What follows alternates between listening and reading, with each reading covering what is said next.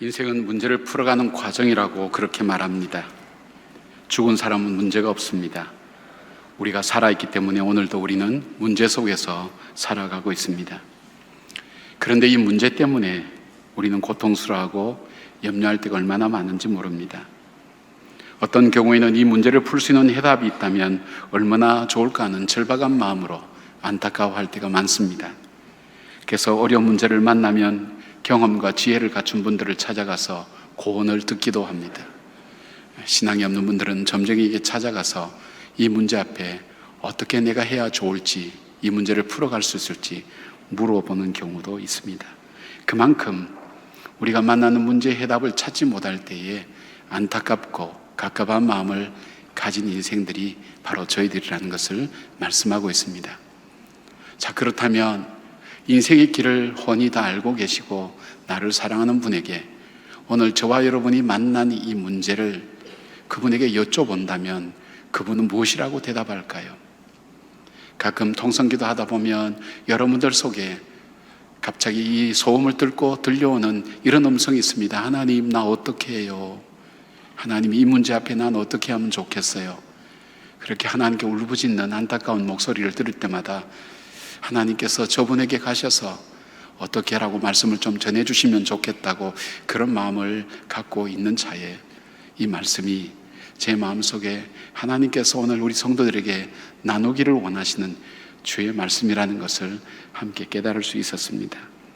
예레미야 29장 11절 말씀 보니까 여호와의 말씀이니라 너희를 향한 나의 생각을 내가 아나니 평안이요 재앙이 아니니라 너에게 미래와 희망을 주는 것이니라 그렇게 말씀합니다. 그렇죠. 하나님 이 문제 앞에 우리에게 이것이 재앙이 아니라 희망과 소망을 주는 바로 그 일들로 해결되기 위하여 하나님, 저는 어떻게 할까요? 여러분께 하나님께서 여러분이 하나님께 여쭤본다면 하나님께서 오늘 이렇게 대답하실 것입니다. 이것을 사도 바울은 하나님의 뜻이라고 그렇게 말씀합니다. 그리고 항상 쉬지 말고 범사라는 단어를 사용하신 걸 보면 우리가 어떤 일을 만나도 어떤 환경에 처해도 언제든지 순종하고 선택해야 될 삶의 태도가, 삶의 선택이 바로 이 말씀이라는 것을 강조하고 있다는 것입니다. 이 자리 같은 자리에 앉아 계시지만 여러분이 갖고 계시는 문제는 각각 다 다를 것입니다. 문제에 따라 너무너무 고통스러워하는 문제도 있을 것이고 우리 일상의 문제도 여러분이 갖고 계시면서 이 문제가 우리에게 재앙과 아픔과 불행이 되지 않고 정말 우리에게 희망과 꿈이 될 수 있는 길로 이 문제가 해결되기 위해서 하나님, 제가 어떻게 하면 좋을까요? 할 때 하나님의 첫 번째 대답은 그겁니다. 기도하라고 그렇게 말씀합니다. 이 말씀의 의미는 무엇이든지 믿음의 눈으로 바라보라는 의미라고 해석할 수가 있습니다. 우리는 문제를 바라보는 여러 가지 관점이 있습니다. 우리가 쉽게 바라볼 수 있는 것은 우리의 경험이나 우리의 지식이나 우리가 알고 있는 그런 살아온 삶의 여러 가지 모습을 통해서 그 문제를 바라보는 그런 관점이 있습니다. 또 하나 다른 관점이 있다면 환경을 통해서 우리는 그 문제를 바라보는 관점이 있습니다.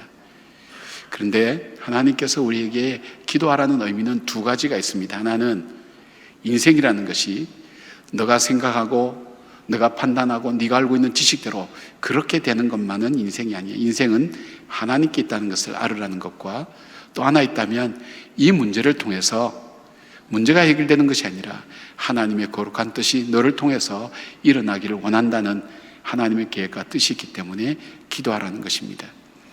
우리는 우리가 살아가는 삶의 틀을 가지고 세상을 바라보고 문제를 바라봅니다. 그러나 우리에게 그렇게 분명히 잘 선택하고 잘 결정했다는 그것이 우리에게 더 큰 안 좋은 결과로 이어질 때가 적지 않다는 것을 생각해 본다면 우리는 우리가 하고 있는 일에, 선택하는 일에 확신을 갖지 못하고 살아갈 때가 있다는 것입니다. 바로 그런 우리들에게 하나님 말씀은 오늘 우리에게 주신 말씀이 기도하라고. 왜 기도하라고 하실까요? 기도하게 될 때에 내가 알고 있던 지혜와 지식과 판단과 삶의 관점을 가지고 바라보는 그것이 점점 조금씩 바뀌어진다는 것입니다. 기도라는 것은 내가 생각하는 모든 주권을 하나님께 올려드리는 것입니다. 주님 뜻 안이 있습니다. 올려드릴 때 주님께 올려드려진 바로 우리의 마음을 주님께서 바꾸어 주신다는 것입니다. 로마서 8장 9절 보니까 만일 너희 속에 하나님의 영이 거하시면 너희가 육신에 있지 아니하고 영에 있나니 누구든지 그리스도의 영이 없으면 그리스도의 사람이 아니라 그랬습니다. 우리가 하나님의 사람이면, 하나님 믿는 사람이면 주님의 영이 우리 안에 있습니다. 근데 우리의 영이 우리의 욕심과 죄악과 사단의 방해 때문에 하나님의 영이 우리 삶 속에 이 역사하지 못할 때가 얼마나 많은지 모릅니다. 그래서 우리가 살아왔던 삶의 고집들, 우리가 삶을 바라보는 그 관점들, 우리가 갖고 있는 그 지식과 상황을 따라서 우리는 생각하고 판단하고 선택할 때가 많지만, 그러나 성경은 이렇게 말씀합니다. 기도할 때에 그 문제를 우리에게 주신 그 하나님의 뜻을 우리에게 밝히 드러내 주신다는 것입니다. 여러분, 우리가 참새 한 마리가 팔리는 것도 하나님 뜻이 아니면 안 된다고 했는데, 머리카락까지 세신 바 되신 하나님이시라고 그랬는데, 오늘 내 앞에 일어나는 이 문제가 결코 우연이라는 게 있을까요? 우리를 위하여 자기 아들 독생자를 주신 그 사랑과 관심을 갖고 있는 그 하나님께서 우리 앞에 우연이라는 것은 없을 겁니다. 그러면 그 문제에는 이 문제를 주신 분의 분명히 뜻이 있을 것입니다. 그 뜻을 알지 못하고 먼저 해결하기 위해서 행동하게 되면 그 결과는 잘못된 결과로 나타나게 된다는 것입니다. 성경은 우리에게 일어난 일에 대해서 하나님의 관점으로 보지 않고 나의 관점과 판단대로 행할 때 그때 나타나는 결과를 육체의 열매가 맺혀진다고 말씀합니다. 갈라디아서 5장 19절 21절 보니까 육체의 일은 분명하니 곧 음행과 더러운 것과 호색과 우상 숭배와 주술과 원수 맺는 것과 분쟁과 시기와 분냄과 당짓는 것과 분열함과 이란과 투기와 술 취함과 방탕함과 또 그와 같은 것들이라. 당황스러운 결과들이죠. 우리는 최선의 선택과 결정을 했다고 잘하기 위해서 그렇게 했는데 그 결과가 그렇게 잘못될 때에 우리는 얼마나 당황스럽겠습니까? 바로 육체의 열매를 맺는 것, 내가 아는 대로, 내가 생각하는 대로 결정하고 선택한 일의 결실은 육체의 열매라는 것입니다. 그러나 반면에 내 생각을 내려놓고 하나님께 나의 삶의 주권을 올려드리고 내가 하나님께 계속 기도할 때에 하나님 내 마음을 바꾸어서 그리스도의 영이 내 안에 들어와서 주님이 보시는 관점으로 보게 도와주고 주님이 느끼는 마음으로 느낄 수 있도록 우리를 도와주시면서 우리로 하여금 주님의 뜻을 따라 순종하게 하시고 주님께서 이 문제를 통해 나를 통해 이루기를 원하시는 주님의 계획을 이루어드리는 기회가 된다는 것입니다. 그것을 성령의 열매라고 얘기합니다. 22절 23절에 보면 오직 성령의 열매는 사랑과 희락과 화평과 오래 참음과 자비와 양성과 충성과 온유와 절제니 이 같은 것을 금지할 법이 없느니라, 그렇게 말씀하고 있습니다. 사랑하는 여러분, 여러분이 어떤 문제를 만나고 있습니까? 그 문제 앞에 근심과 걱정보다도 우리가 행동하는 것보다 더 우리가 우선순위로 해야 될 것이 있다면 우리 주님은 먼저 기도해 보라는 것입니다. 혹시 예배 끝나고 집에 가서 싸우실 부부가 있다면 여러분, 싸우기 전에 기도하시라는 얘기입니다. 비근한 예를 들면, 왜요? 싸우면 일단 이겨야 됩니다. 이기는 싸움하기 위해서는 기도하셔야 됩니다. 꼭 기도하시고 가셔서 승리하기를 바랍니다. 내 뜻대로 되는 것이 아니라 하나님 뜻대로 될 때에, 그리고 순종할 때 성령의 열매를 통해서 문제를 통해 더 놀라운 삶의 결과들을 얻게 되는 것입니다. 우리가 문제를 보는 관점이 바뀌어지고 절망 가운데서 소망을 볼 수 있고 슬픔 가운데서도 위로를 받을 수 있는 것은 바로 그 기도를 통해서 우리에게 소망과 생명 주시기를 원하시는 주님의 뜻을 발견하고 만나게 된다는 것입니다. 바로 여러분의 문제 앞에 주님은 기도하기를 원하시고 하나님께 올려드리기를 원하고 계십니다. 기도하시기를 바랍니다. 전 제가 살아오면서 제 인생 속에 가장 어려웠던 순간이 있었습니다.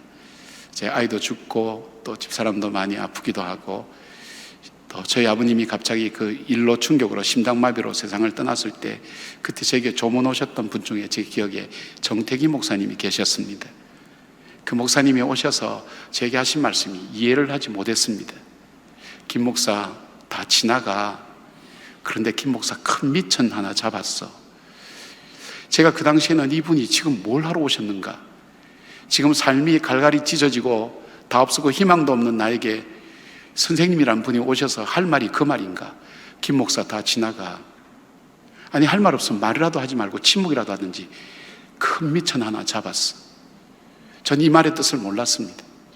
저는 제가 잃어버린 아픔, 상처, 그것으로 인해서 찾아오는 여러 가지 문제들 발생하는 그 속에서 갇혀서 정신없이 지내고 있을 때에 먼저 인생을 경험했던 그분이 그 삶을 볼 때 그것이 지금 아픔이고 고통이고 괴로움이지만 그러나 다시 한번 눈을 들어 하나님의 뜻 속에 섭리 속에 바라볼 때에 그것은 내 삶에 너무나 소중한 자산이 된다는 그런 말씀이었습니다.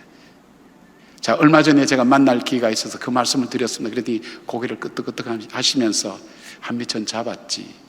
그것 때문에 지금 살고 있는 거요. 제가 그 상실의 아픔이 없었다면 여러분 중에 상실한 사람의 아픔을 이해할 수 있을까요? 제가 그 아픔으로 가족들을 잃어버리는 그 아픔이 없었다면 가족을 잃어버린 여러분의 마음을 저는 조금이라도 공감할 수 없었을 것입니다. 안 됐다는 그 정도 이상밖에는 못할 겁니다. 지치고 힘들게 살아가며 희망 없이 살아가는 표정, 초점을 잃어버린 그 눈빛을 가지고 살아가는 그 사람 바라볼 때에 제 마음속에 아픔을 가지고 그분들을 연민의 눈과 사랑의 눈으로 바라보며 기도할 수 있는 마음이 조금이라도 있었을까요? 제가 목회하는 것 바로 그것이 그 일 때문이 아닐까요? 돌아보면 그 당시에는 어려웠습니다. 내 문제에 갇혀서, 내 상자에 갇혀서, 내 틀에 갇혀서 바로 그 문제 이면 속에 하나님께서 계획하시고 있는 그 뜻을 몰랐다는 것입니다. 그러나 믿음의 눈을 들어 다시 볼 때에 때로는 그 당시는 알지 못했지만 세월이 지나서 바라볼 때 그 문제를 통해 나를 길러오시고 만드신 주님, 그리고 하나님께서 쓰시기를 원하시는 바로 그 삶의 현장에 가장 필요한 것을, 필요한 마음을 주시는 그 하나님을 볼 수 있었다는 사실입니다. 여러분, 오늘도 문제는 우리를 힘들게 만듭니다. 쉬운 문제가 없습니다. 그 문제는 또 다른 문제와 또 다른 감정을 야기하며 우리에게 두려움과 불안을 우리에게 야기할 수 있지만, 그러나 우리가 주님 앞에 이 모든 것을 올려드릴 때 주님은 내 마음을 조금씩 바꾸어 주셔서 주님의 영이 내 마음에 들어오셔서 주님의 눈으로 바라보듯이 그 문제를 바라보는 눈, 주님의 마음으로 그 마음을 이해하고 받아들이는 그 마음을 우리에게 부어주신다는 것입니다. 그러기에 주님은 오늘 우리에게 너 힘으로 해결할 수 없어, 너 스스로 해결할 수도 없어, 나에게 기도해, 나에게 너의 문제를 맡겨줘, 내가 너와 함께 할 거야, 너를 도울 거야, 그렇게 말씀하시는 그 주님의 뜻을 발견하게 되고 주님의 마음을 알게 되고 그리고 그 문제를 통해 이루어 가시는 하나님의 거룩한 섭리를 여러분 분명히 만나게 될 것입니다. 문제를 가진 여러분, 주님 앞에 물어보십시오. 주님, 이 문제 앞에 제가 뭘 해야 될까요? 물어볼 때 주님께서 하시는 말씀이 있다면 먼저 기도해, 그렇게 말씀하실 겁니다. 두 번째로 주님께서 하신 말씀은 항상 기뻐하라고 말씀하실 것입니다. 점점 이해하지 못할 말씀을 하신 것 같습니다. 이 문제에 대해 너무나 고통스럽고 힘든데, 아니 가만히 있으면 기쁨은 없다 할지라도 내게 슬픔과 아픔과 고통은 없었을 텐데 나에게 이 문제를 줘놓고 나에게 기뻐하라니요, 하나님 이해가 되지 않습니다. 그렇게 말씀하고 있습니다. 여기에 항상이라는 단어를 사용한 것은 환경이나 상황이나 입장에 따라 달라지는 것이 아니라 언제나 기뻐하라는 것입니다. 하나님께서 항상 기뻐하라는 말씀은 우리 속에 기뻐할 일이 무엇인가를 먼저 찾아보라는 뜻입니다. 하나님께서 명령하신 것 속에는 이렇게 자신 있게 말씀하실 때에는 이미 우리가 잃어버리고 문제가 많고 고통스러운 많은 것보다도 더 가치 있는, 기뻐할 만한 더 귀한 것들이 우리 속에 있다는 것을 찾아보라는 의미도 되고, 그리고 또 하나는 하나님께서 기뻐하라 그럴 때는 기뻐할 만한 일들을 분명히 이루어 주시는, 책임지시는 그 하나님의 약속과 섭리가 그 속에 있다는 것을 우리는 보게 됩니다. 여러분, 우리가 기뻐할 때는 언제입니까? 내가 갖고 있는 것의 진정한 가치를 발견하고 할 때 우리는 기뻐할 수가 있는 것입니다. 당연하다고 생각하는 것에 문제가 생기기 시작했습니다. 언제나 있어야 되고 그리고 그 자리에 있어야 될 것이 어느 날 갑자기 없어졌습니다. 잘 되던 일이 갑자기 잘 되지 않습니다. 건강하다가 갑자기 건강을 잃어버렸습니다. 그때 인간은 불평하고 원망합니다. 그러다가 우리가 갖고 있는 것을 다시 얻게 될 때, 실패했던 것을 다시 이룰 때에, 우리가 질병에서 회복될 때에 비로소 우리는 내가 갖고 있던 것의 가치를 그때서야 알게 됩니다. 아, 이것이 저절로 되는 것이 아니었구나. 건강이라는 것이 참 축복이었구나. 나에게 평범한 일들이 그냥 평범한 일이 아니라 하나하나 하나님의 섭리와 역사 속에 주신 하나님의 선물이었다는 것을 깨닫게 될 때에 우리는 그때서야 우리의 기쁨이 회복되는 것을 경험합니다. 그러나 오늘 여기서 사도 바울이 말씀하는 바로 이 기쁨은, 항상이란 단어를 사용한 거 보면 그것은 우리의 기쁨은 우리가 이 세상에 얻을 때와 성공할 때와 회복될 때 느끼는 그 감정 이상이라는 것입니다.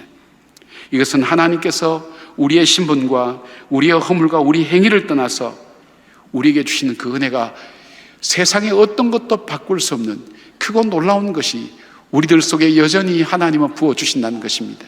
그것이 무엇입니까? 구원입니다. 영원히 형벌받을 수밖에 없는 우리에게 우리의 공로 하나 없이 하나님 안에 있는 자비와 공률로 정말 알 수 없는 우리에게 예수 그리스도를 통해 십자가의 못을 받고 보배로운 피를 흘려서 우리의 저주스러운 죄를 회복시켜 주시고 씻어 주시고 우리를 하나님의 자녀 삼아 주시고 우리에게 구원의 소망을 주신 것, 이것은 우리가 이 땅을 살면서 그 어떤 것보다 더 가치 있고 귀하고 복되고 기뻐할 만한 일이라는 것을 주님께서 우리에게 말씀하시는 겁니다. 우리에게 왜 그 기쁨이 없을까요? 여러분, 우리는 그 구원이 얼만큼 크고 놀라운 것인지 그 가치를 아직 우리가 잘 모르기 때문입니다. 그 가치를 아는 분은 바울처럼 내가 로마의 시민권도 가말리알 문화의 문화생이라는 아주 지식의 박식한 사람도, 그리고 그가 갖고 있었던 유명한 부유한 것도 다 배설물처럼 여기고 나 같은 괴수를 구원하여 주셔서 하나님 삼아 주신 이것보다도 자기는 이 세상 속에 더 기뻐할 일이 없다고 그렇게 얘기합니다. 이 로마 감옥에서 보낸 편지 중에 하나가 빌립보서입니다. 이 빌립보서는 기뻐라는 말이 무려 짧은 편지 속에 13번이나 나옵니다. 우리가 생각하는 그런 낭만적인 감옥이 아닙니다. 지하의 어두운 감옥에 작구를 채우고 고통스럽게 만드는 그 가운데서 나온 선포입니다. 그래서 빌립보서를 기쁨의 복음이라 부릅니다. 왜 그렇습니까? 바로 바울은 자기 같은 죄인 중에 괴수를 구원해 주시고 지금도 여전히 나와 함께 하신 그 하나님의 은혜를 깨달았기 때문에 그 깨달음에서 오는 그 기쁨이 자기 있는 어떤 환경보다도 더 큰 기쁨으로 자기를 인도해 간다는 것입니다. 고린도서 6장 10절에 사도 바울은 이렇게 얘기합니다. 그리스도인은 근심하는 자 같으나 항상 기뻐하고 가난한 자 같으나 많은 사람을 부유하게 하고 아무것도 없는 자 같으나 모든 것을 가진 자로다. 다윗은 자기 인생 속에 수많은 것을 잃어버린 사람이었습니다. 10년 이상 자기 장인에게 쫓겨서 죽음의 사경의 위치에 처하고, 그가 또한 자기가 왕에 올랐을 때도 자기 자녀들이 서로 죽이고 죽이는 일들, 자식에게 쫓겨서 도망가는 수많은 일을 겪었던 그가 하나님 앞에 이렇게 고백합니다. 시편 35편 9절, 내 영혼이 여호와를 즐거워하며 그 구원을 기뻐하리로다.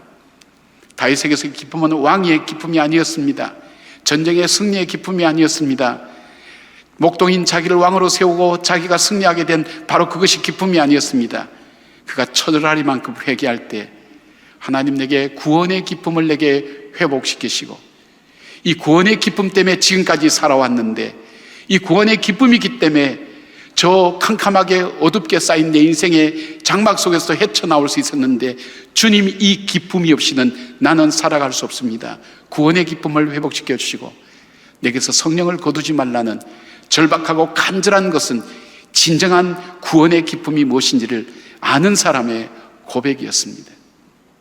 오늘 우리는 이 크고 놀라운 이 구원의 이 하나님의 선물을 갖고 있으면서도 우리는 세상에 썩어질 작은 것 잃어버릴 때 마치 우리의 구원이 없어진 것처럼 슬퍼하고 낙담한 우리 자신들 속에 주님께서 주신 말씀, 그 문제 앞에 휩싸이는 우리에게 기뻐해.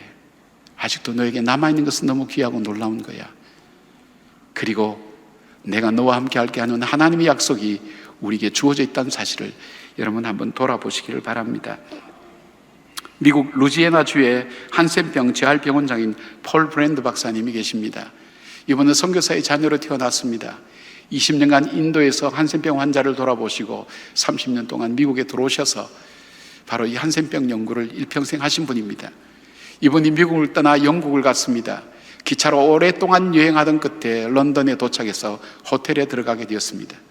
옷을 벗는 과정 속에서 양말을 벗는데 갑자기 자기에게 이상한 느낌이 들었습니다. 아마 오랫동안 한센병을 연구해온 사람만 느낄 수 있는 특이한 감각일 수도 있습니다. 그래서 그가 양말을 벗고 바늘을 찾아서 자기 복숭아뼈 아래를 푹 찔러 보았습니다. 그런데 피는 나는데 하나도 아프지 않은 겁니다. 직감이 이상했습니다. 한센병을 아시는 그분은 다시 한번 그 부분을 바늘로 찔러 보았지만 아무런 감각이 없었습니다. 그는 자리에 털썩 주저앉고 말았습니다. 그리고 지난 20년 동안 인도에서 수많은 한센병 환자들의 그 고통과 아픔들, 병으로 고통받는 것과 동시에 그 가족들과 떨어져 살아야 되는 그 외로움과 힘든 일들이 주마등처럼 지나갔습니다. 이제 내 남은 삶도 그렇게 될 수밖에 없구나 하는 생각 때문에 엎치락뒤치락 하다가 뜬 눈으로 밤을 새웠습니다. 새벽녘이 되었을 때 그 마음속에 이상한 마음이 들었습니다. 다시 한번 그가 복숭아뼈 아래를 바늘로 찔렀는데 얼마나 아픈지 아이고 하면서 그가 뒤에 나온 말이 하나님 감사합니다라는 표현이었습니다. 밤새 오랫동안 기차여행을 하면서 이 눌려있던 신경이 감각을 무디게 만들었던 것입니다. 그것이 발을 펴고 지나면서 신경이 회복되어서 아픔을 느끼게 된 것이었습니다. 한센병이 아니었습니다. 그의 삶은 바뀌게 되었습니다. 나에게 평범했던 일상이 단순한 일상이 아니라는 것, 내가 가족을 만날 수 있고 내가 호흡할 수 있고 손을 움직일 수 있고 눈을 떠서 볼 수 있고 귀를 통해 들을 수 있고 말할 수 있는 이 모든 것이 저절로 주어진 것이 아니라는 것, 이것이 하나님의 선물이라는 것을 그는 깨닫기 시작했습니다. 그 고통마저도 그에게 축복이라는 사실도 그는 깨닫게 된 것입니다. 내가 잃어버리는 것 때문에, 내가 상실된 것 때문에, 속상한 것 때문에, 이것 때문에 우리는 슬퍼하고 힘들어하고 고통스러워하지만, 그러나 오늘 나에게 가지고 있는 것이 더 많다는 것, 그 중에서도 나에게 주신 이 구원을 하나님은 취소시키지 않고 나에게 주셨고, 전능하신 하나님이 나와 동행하신다는 그 놀라운 언약의 말씀이 오늘도 내 삶 속에 여전히 있기에 이 고난과 시련과 문제 앞에서도 우리는 기뻐할 수 있는 것을 그는 터득할 수 있었던 것입니다. 사랑하는 여러분, 오늘 우리가 이 자리에 앉아서 함께 찬송할 수 있고 일어설 수 있고 앉을 수 있고 눈을 떠서 볼 수 있고 말을 들을 수 있고 생각할 수 있다는 것, 이것 자체가 우연히 당연히 모든 사람에게 주어지는 것이 아니라 이것을 잃어보았을 때 이것 자체가 얼만큼 중요한 일인가. 내가 내 발로 걸어서 교회 와서 예배 드리고 있으니까 예배 드림이 얼만큼 소중한가를 알지 못할 때, 여러분 오랫동안 질병 가운데 병원에 입원해 있던 분들이, 생사를 알 수 없던 분들이 다시 살아나서 이 성전에 나올 때 드리는 예배와 같을까요? 다릅니다. 그분들은 예배가 얼만큼 깊은 것인지 압니다. 얼만큼 소중한 것인지 압니다. 물을 삼키지 못하는 분들에게 물 한 컵 들컥 마시는 것 자체가 얼만큼 축복인가 하는 것을 안다는 것입니다. 문제 많은 세상에 살아갑니다. 그래서 그 문제를 늘 묵상하다 보면 우리는 문제 가운데 어둡게 살 수밖에 없지만, 그러나 그 문제보다 더 크신 하나님의 구원의 사랑이 오늘 나에게 있다는 것, 그리고 전능하신 하나님께서 이 문제 가운데서도 나를 돌아보시고 나와 함께 동행하신다는 그 놀라운 언약이 우리 가운데 있다는 것을 다시 기억하면서 구원의 즐거움을 회복하는 여러분들 되기를 바랍니다. 진정 기뻐하시는 일상이 되시기를 바랍니다. 우리의 삶이 일상이 축복이라는 걸 깨닫기 시작할 때 우리 일상은 달라집니다. 오늘 나가시면 하늘을 한번 쳐다보십시오. 푸른 하늘을 보시고 구름을 한번 보시고 공기를 한번 들여 마셔보십시오. 달리 느껴질 것입니다. 그리고 마음속에 그런 마음이 들어온다면 조그만 목소리라도 괜찮습니다. 하나님 고맙습니다. 하나님 기뻐합니다. 하나님 나에게 주신 은혜를 인하여 주님을 찬양합니다. 아이들 떠드는 소리가 얼마나 시끄러운지 모릅니다. 전 제 방에 있으면 얼마나 시끄러운지 모릅니다. 얼마나 떠드는지. 그냥 놀아도 되는데 왜 말을 하고 저렇게 다녀야 될지, 예. 그 소리를 즐깁니다. 너무 귀합니다. 아이들 노는 거 얼마나 좋은지 모릅니다.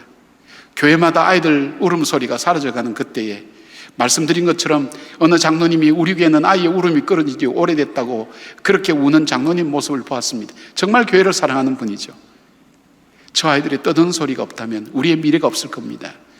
우리에게 자녀를 주시고 떠들 수 있고 다닐 수 있는 공간도 허락해 주신 그 하나님, 우리에게는 평범한 일이 기쁨이 될 수 있다는 사실입니다. 평범한 속에서 하나님의 기쁨을 찾기를 바랍니다. 기쁨으로 살아가는 삶 속에 하나님 주신 은혜와 평강이 넘치기를 기원합니다. 아멘. 세 번째, 하나님께서 뭐라고 말씀하실까요? 우리에게 감사하라고 말씀하실 겁니다. 18절 말씀인데, 범사에 감사하라. 이것이 그리스도 예수 안에서 너희를 향하신 하나님의 뜻이니라. 이 범사에 감사하라는 말씀에서 감사라는 유카리스테오라는 이 단어는 하나님께 감사할 때 쓰는 그런 단어입니다.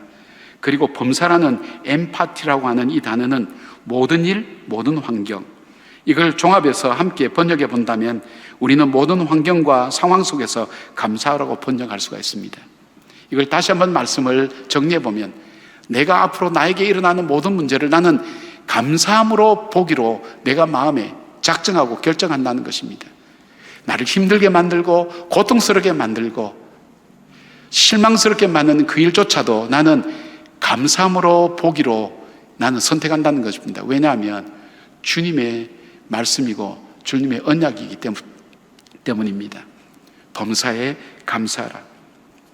우리가 이해되지 않을 때에도, 우리가 수긍되지 않을 때에도, 우리가 받아들일 수 없는 일들이 우리 앞에 일어난다 할지라도 하나님께 감사하는 것입니다. 지난주일 말씀 속에서 우리는 감사의 이유를 세 가지 찾았습니다. 하나님께서 우리의 창조주 되시고 이 역사를 섭리하시는 하나님이라는 것, 그것 자체가 우리에게 감사한 거라고 그랬습니다. 그 하나님은 예수 그리스도 통해서 나를 구속해 주시고 나를 하나님의 자녀 삼아 주셨다는 그 사실에 대한 감사를 드린다고 했습니다. 그리고 세 번째는 하나님의 성품, 그의 인자심과 자비로우심과 신실하심에 인하여 하나님께 감사한다고 했습니다.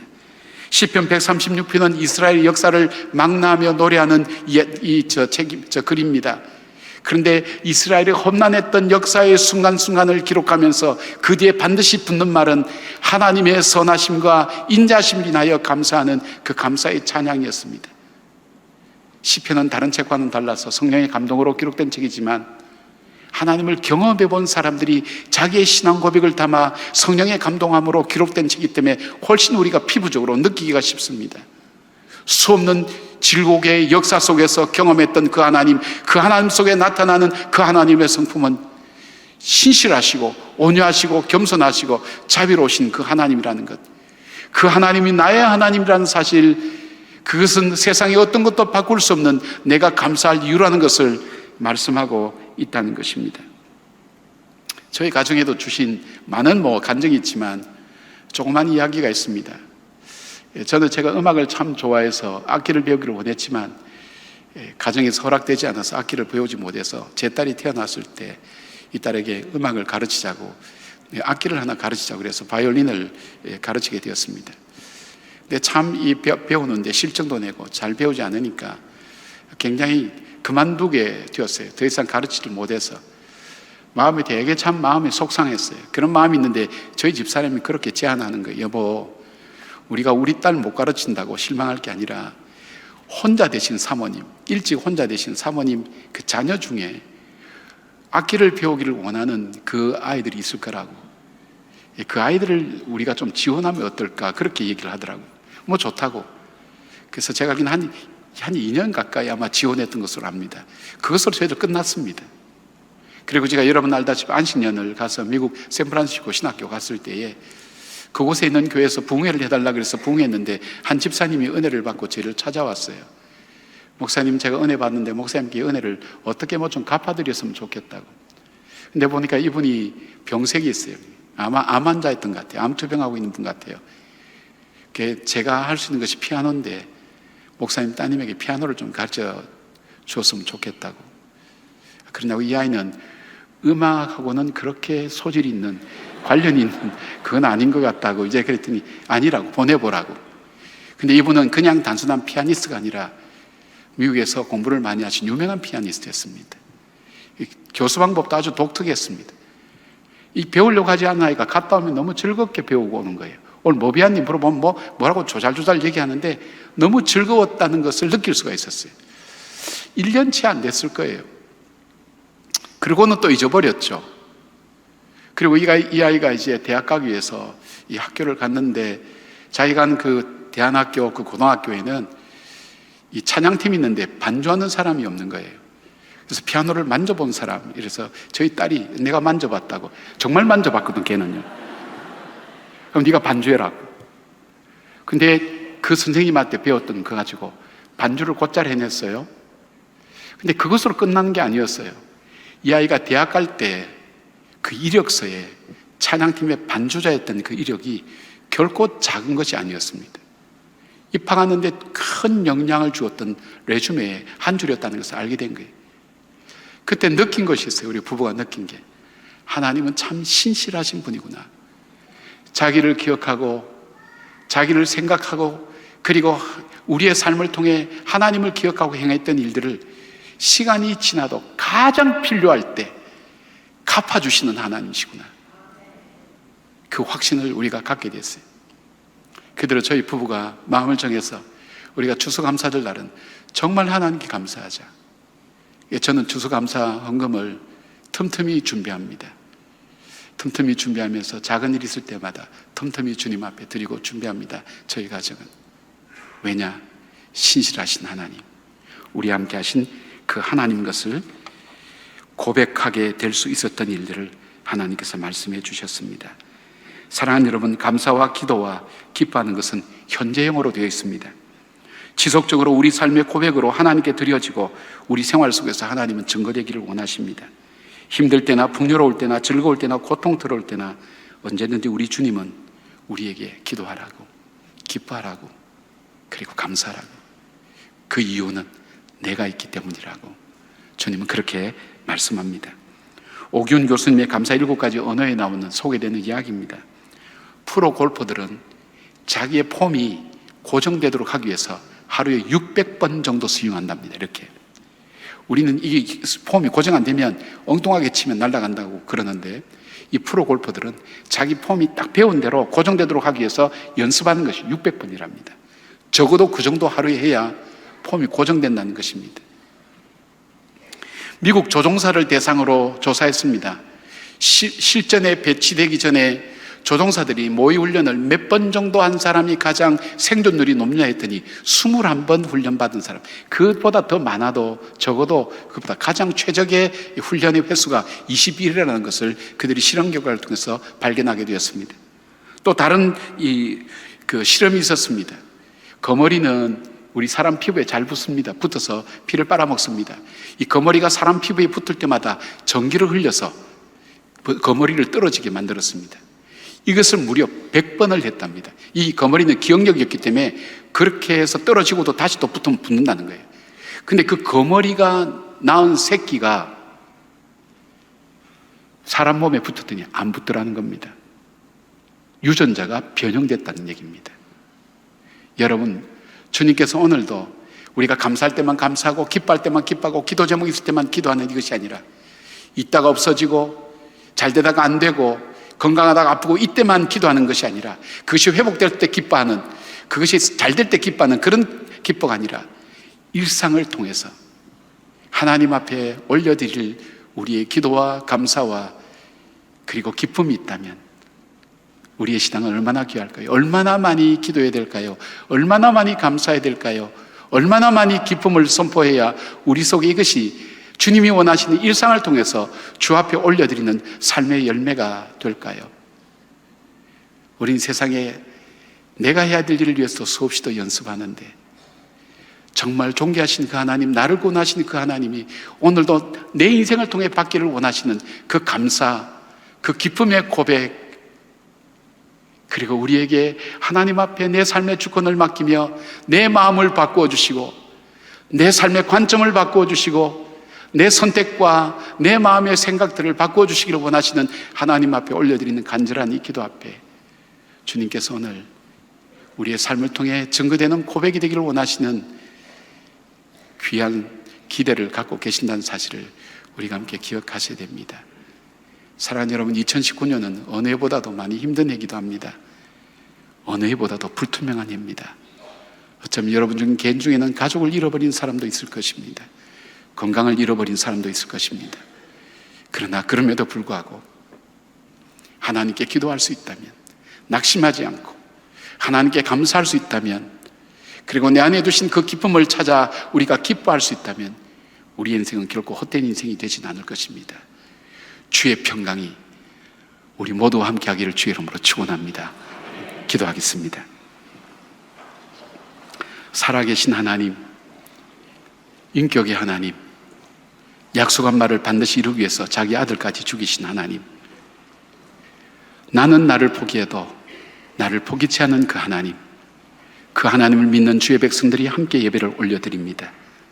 수많은 문제 앞에 머리 아파하며 어떻게 할 줄 몰라 안타까워하는 우리들에게 주님, 어떻게 하면 좋겠습니까? 물어볼 때 오늘 하나님의 뜻, 우리를 향한 하나님의 뜻, 기도하기를 원하시고 기뻐하기를 원하시고 감사하기를 원하시는 그 뜻에 순종하는 믿음의 부요함이 우리의 신앙 고백이 되게 하여 주시옵소서. 예수님의 이름으로 기도드리옵나이다. 아멘.